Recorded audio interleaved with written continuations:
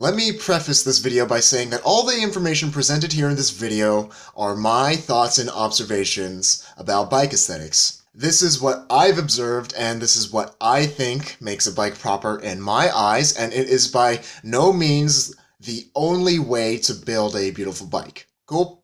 Cool.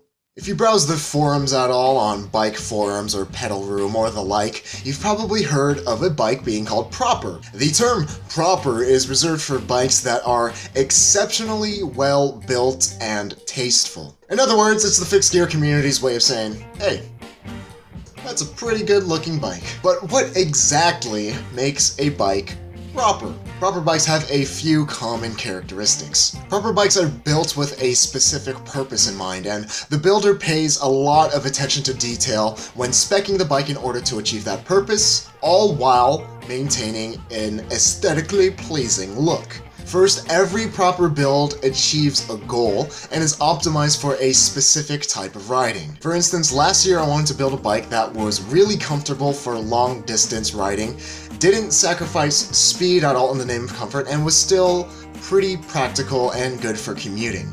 So my build was centered around these premium 38C slick tires, and the All-City Nature Boy was simply a means to fit and accommodate those tires in order to achieve that goal of being comfortable, fast, and great for commuting. The Nature Boy also fit the build since it is a supple steel frame and has a relaxed cyclocross geometry, again making the whole build more comfortable. Others may have the goal of creating the ultimate track bike or torque bike with steep angles, deep aerodynamic wheels, and stiff aluminum frames, while on the completely opposite end of the spectrum, others might have the goal of creating a good, solid single-speed commuter that has racks, fenders, and a more upright riding position. Of course, every proper build has a specific rider in mind and is tailored in order to fit that rider. Because of that, the frame size, the saddle height, angle for aft position, stem height, stem angle, stem length are all very proportionate and appropriate for achieving the desired ride characteristics. Every proper bike build starts with a purpose, and optimizing that purpose breeds its own unique aesthetic. With that said, every single component on a proper bike build has its place and serves to accomplish the goal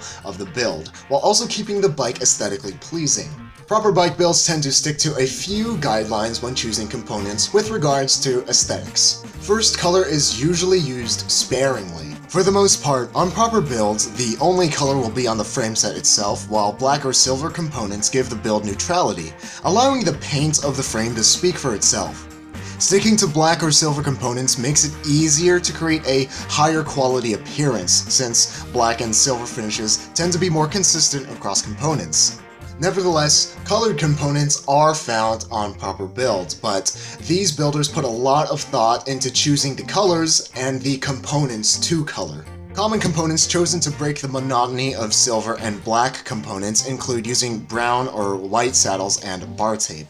As a rule of thumb, the saddle color should match the bar tape color in order to maintain a balance to the color of the overall build, but this rule isn't set in stone, as many builders thoughtfully use louder bar tapes or purposefully mismatch their saddle and bar tape to accentuate the peculiarities of their frames. This commuter uses dark blue grips with a leather saddle to highlight the frame's fade from deep blue to deep orange, while this RIT track bike uses honey-colored bar tape to stress that light little strip on the top tube, and it uses a black seat post and saddle to tie in the rear half of the bike with the black front end, giving the overall color of the build balance and personality.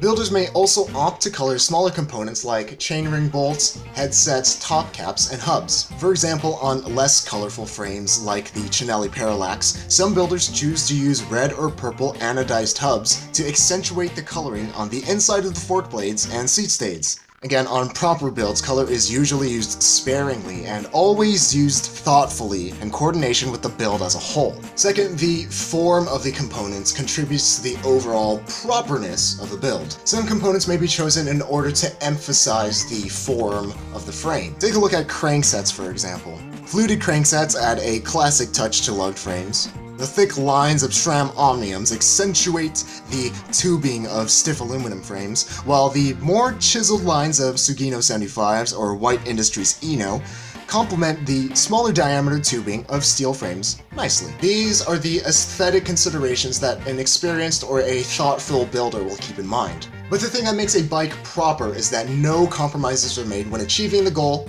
and making the bike look dang good. This is what sets proper bikes apart from the rest. The bike does exactly what it needs to do, and it looks good while doing it.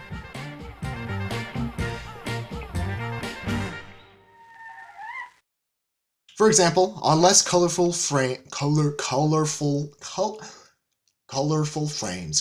frames.